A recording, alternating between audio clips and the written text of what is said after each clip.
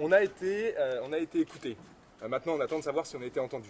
Ce matin, on s'est déplacé ici et le gouvernement était au courant pour expliquer que depuis le début de la semaine, ce qui est exprimé par les jeunes dans la rue, dans les amphis et un petit peu partout, c'est avant tout une angoisse. Et que son projet de loi sur le travail, il a agi comme un déclencheur. Le déclencheur d'une angoisse, d'une génération qui, en fait, dès 16 ans, se demande à quelle sauce elle va être mangée, est-ce qu'elle va avoir un emploi, etc. Donc, on est arrivé avec des propositions, parce qu'en l'état, la FAGE, et je le rappelle, à l'état actuel, elle n'est pas pour le retrait de ce projet de loi, mais on est arrivé avec des propositions. Nos propositions, c'était concrètement de dire, votre projet de loi, il faut en retirer les mesures agressives envers les jeunes, sur le licenciement, sur l'apprentissage, sur les prud'hommes. Ça, c'est le préalable à tout dialogue. Et ensuite, il y a un geste fort à envoyer aux jeunes. Parce que la question qu'on posait le 9 mars, les jeunes au gouvernement, elle est très simple. Comment on sécurise nos parcours?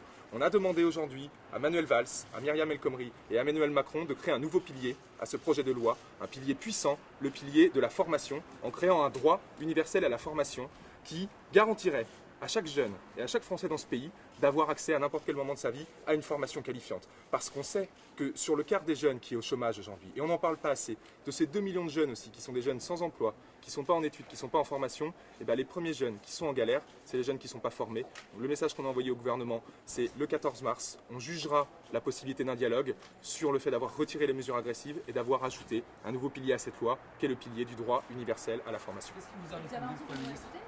On a été écoutés sur l'idée de la formation. Aujourd'hui, on ne peut pas juger sur pièce puisqu'on n'a rien de concret. On nous a dit il y a des pistes, il y a de l'espace pour retirer les mesures, il y a de l'espace sur l'apprentissage, il y a des possibilités sur le barème et en tout cas les indemnités prud'homales, sur les motifs de licenciement économique et les mesures qui le renforcent, et puis il y a encore de l'espace à la négociation sur toutes les mesures supplétives qui renforcent la capacité de nos employeurs à choisir combien de temps vous allez travailler et comment va s'aménager votre temps de travail. Donc on a été entendu là-dessus. On n'a pas de documents, on n'a pas d'engagement, on ne sait pas si ça va être finalement retiré, mais on dit c'est dans la balance. La création d'un droit universel à la formation, c'est dans la balance aussi. Donc aujourd'hui, la porte n'est pas fermée.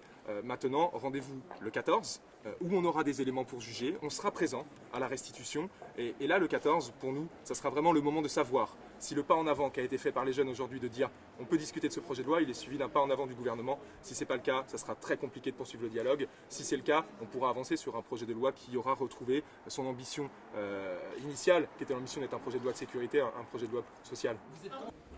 Je ne peux pas vous dire aujourd'hui qu'il y a une sortie à l'impasse dans laquelle on est en train d'aller. Parce que, effectivement, si on ne fait rien, on va vraiment aller dans une impasse. En tout cas, ce qu'on perçoit après ce long rendez-vous où on a pu échanger sur beaucoup de sujets, c'est qu'il y a encore une possibilité d'envisager une sortie lundi.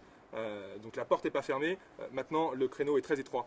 Il va falloir que le gouvernement écoute très sérieusement ce qu'on lui a dit ce matin.